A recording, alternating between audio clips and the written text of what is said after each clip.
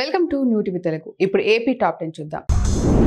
కష్టపడిన కార్యకర్తలు నాయకులను అందలం ఎక్కించడమే కూటమి ప్రభుత్వ లక్ష్యమని యలమంచిలి ఎమ్మెల్యే సుందరపు విజయ్ కుమార్ అన్నారు. రాష్ట్ర రహదారుల అభివృద్ధి కమిటీ చైర్మన్ ప్రమాణ స్వీకారం చేసిన ప్రగడ నాగేశ్వరరావుకు శుభాకాంక్షలు తెలియజేసి అభినందించారు. ఈ సందర్భంగా వారు మాట్లాడుతూ కక్ష సాధింపులకు పాల్పడకుండా ప్రజా సంక్షేమమే లక్ష్యంగా కూటమి ప్రభుత్వం పనిచేస్తున్నట్లు తెలిపారు.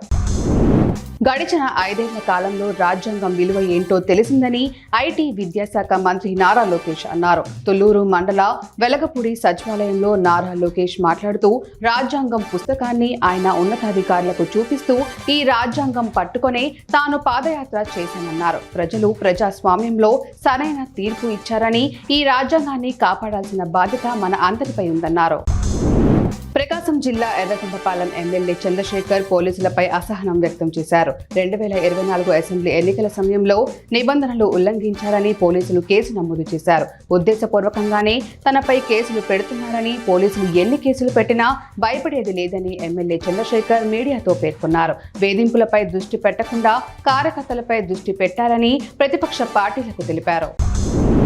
గుంటూరు నగరంలోని కీలక వాగు నుంచి వెళ్లే ప్రధాన డ్రైన్ వేజెండ్ల సుద్దపల్లి పంట పొలాల్లో చేరకుండా శాశ్వత ప్రాతిపదికన చర్యలు తీసుకుంటామని నగర కమిషనర్ పులి శ్రీనివాసులు తెలిపారు. వేజెండ్ల సుద్దపల్లి గ్రామాల పరిధిలో పీకల వాగు, సంగం, జాగర్లముడి నుండి గుంటూరుకు తాగునీటిని సరఫరా చేసే పైప్ లైన్ ని కమిషనర్ పరిశీలించారు. జీఎంసీ అధికారులు, సిబ్బంది కమిషనర్ పర్యటనలో పాల్గొన్నారు.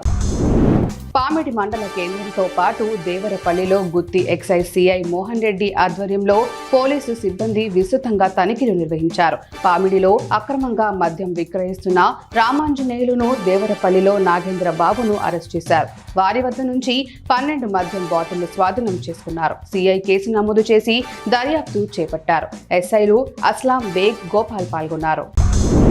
కార్మిక రైతాంగ వ్యతిరేక విధానాలకు వ్యతిరేకంగా ఐక్య ఉద్యమాలను ఉధృతం చేస్తామని ఏపీ వ్యవసాయ కార్మిక సంఘం రాష్ట్ర కార్యదర్శి వి వెంకటేశ్వర్లు, సిఐటియు రాష్ట్ర కార్యదర్శి పి తేజేశ్వరరావు, ఏఐటియుసి రాష్ట్ర కార్యదర్శి కె శ్రవంతి, ఎస్కేఎం జిల్లా కన్వీనర్ టి ప్రకాష్, టి అరుణ హెచ్చరించారు. శ్రీకాకుళంలో కార్మిక రైతాంగ వ్యతిరేక విధానాలకు వ్యతిరేకంగా భారీ ర్యాలీ నిర్వహించారు. అన్నయ్య, వదినమ్మ నమస్కారం, బాగున్నారా అని కేంద్ర ప్రభుత్వం ఏర్పాటు చేసిన కిల్కారీ మొబైల్ సేవలపై హుకుంపేట మండలంలోని గూడాలో ఆశా కార్యకర్త పుష్ప బాలింతలకు, గర్భిణీలకు అవగాహన కల్పించారు. బిడ్డ పుట్టిన గంటలోపే బిడ్డకు పాలు తాగించాలని కోరారు. తల్లిపాలే బిడ్డకు సంపూర్ణ ఆహారమని, బిడ్డకు కావాల్సినవన్నీ వాటిలో ఉంటాయన్నారు. మాత శిశు మరణాల నిరోధ చర్యల్లో కేంద్ర, రాష్ట్ర ప్రభుత్వాలు చర్యలు చేపట్టిందని తెలిపారు. వేములవాడ ఎమ్మెల్యే ప్రభుత్వ విప్ ఆది శ్రీనివాస్ పుట్టినరోజు సందర్భంగా పట్టణంలోని బింగి మహేష్ ఫంక్షన్ హాల్లో అభిమానులు, కార్యకర్తలు రక్తదానం చేస్తున్నారు. సుమారు 50 మందికి పైగా అభిమానులు, కాంగ్రెస్ నాయకులు, కార్యకర్తలు రక్తదానం చేసి అభిమానాన్ని చాటుకున్నారు. రక్తదానం చేయడం వల్ల ఎన్నో ప్రయోజనాలు ఉన్నాయని డాక్టర్స్ చెబుతున్నారు. నాతవరం మండలం తాండవ జలాశయం ప్రకృతి అందాలకు నిలయంగా ఉంది. ఎత్తైన కొండలు, పక్షుల కిలకిల రావాలతో పర్యాటకులను విశేషంగా ఆకట్టుకుంటుంది. జలాశయం దిగువ భాగంలో పార్కు, ఆధ్యాత్మికత ఉట్టిపడేలా శ్రీ నల్లకొండమ్మ ఆలయం పర్యాటకులను ఎంతగానో ఆకర్షిస్తుంది. కార్తీక మాసం సందర్భంగా వివిధ ప్రాంతాల నుంచి పర్యాటకులు ఇక్కడికి వస్తున్నారు. ఈ ప్రాంతాన్ని పర్యాటక ప్రాంతంగా అభివృద్ధి చేయాలని పలువురు కోరుతున్నారు.